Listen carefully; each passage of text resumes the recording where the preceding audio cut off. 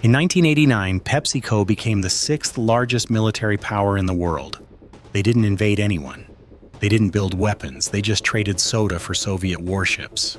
This is one of the strangest business deals in history, and somehow it actually made sense.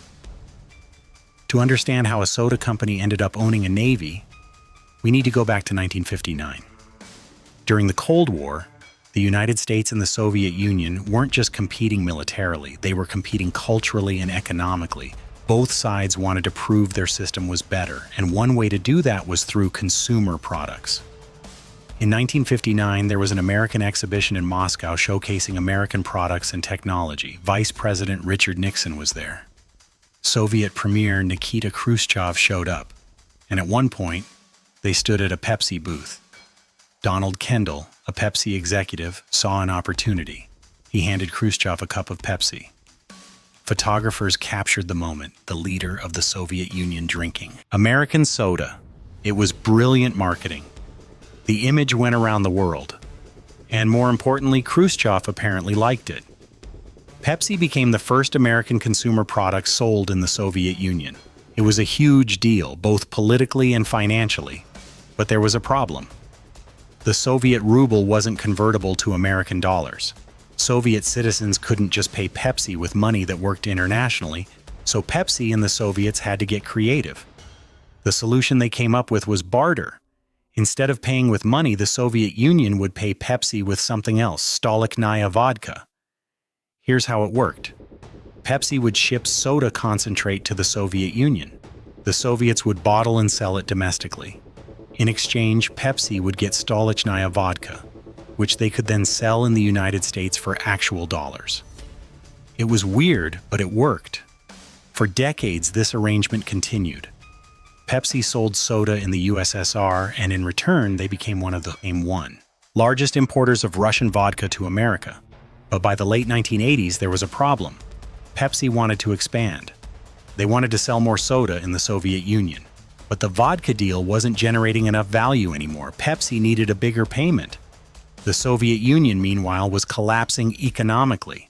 They didn't have hard currency. They couldn't pay Pepsi with anything the company could easily convert to money. So in 1989, they made Pepsi an offer that sounds completely insane: warships. Specifically, the Soviet Union offered Pepsi 17 submarines, a cruiser, a frigate, and a destroyer. These were real military vessels, old and obsolete, but still actual warships. Pepsi said yes. Overnight, PepsiCo became one of the largest naval powers on Earth. They owned more submarines than most countries. If you ranked navies by sheer number of vessels at that moment, Pepsi would have been sixth in the world. Now, before you imagine Pepsi sailing around enforcing soda contracts with military force, let's be clear. Pepsi never intended to operate a navy. The deal made sense from a business perspective. The ships were old Soviet military equipment being decommissioned anyway.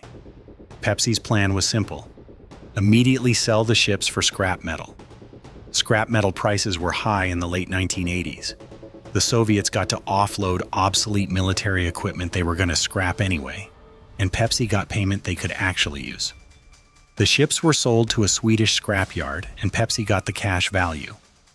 But for a brief moment in history, Pepsi genuinely owned a fleet of warships, and executives at Pepsi reportedly joked about it. The CEO at the time, Donald Kendall, the same guy who'd handed Khrushchev that Pepsi back in 1959, allegedly told the US National Security Advisor, "We're disarming the Soviet Union faster than you are."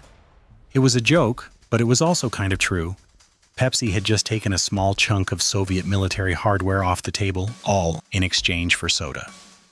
The whole thing highlighted just how bizarre the end of the Cold War was becoming.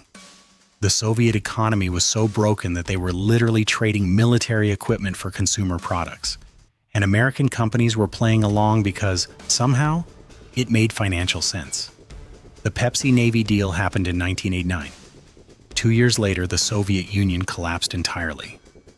Pepsi continued operating in Russia after the USSR fell apart, but they never did another deal quite like that one. The new Russian government had different economic policies, and eventually Pepsi's dominance in the region faded. Today, Coca-Cola is actually more popular in Russia than Pepsi. But for a brief, strange moment, Pepsi was a military power. They had submarines, they had destroyers, they had more naval vessels than countries like Portugal or Norway, and they got all of it by trading soda.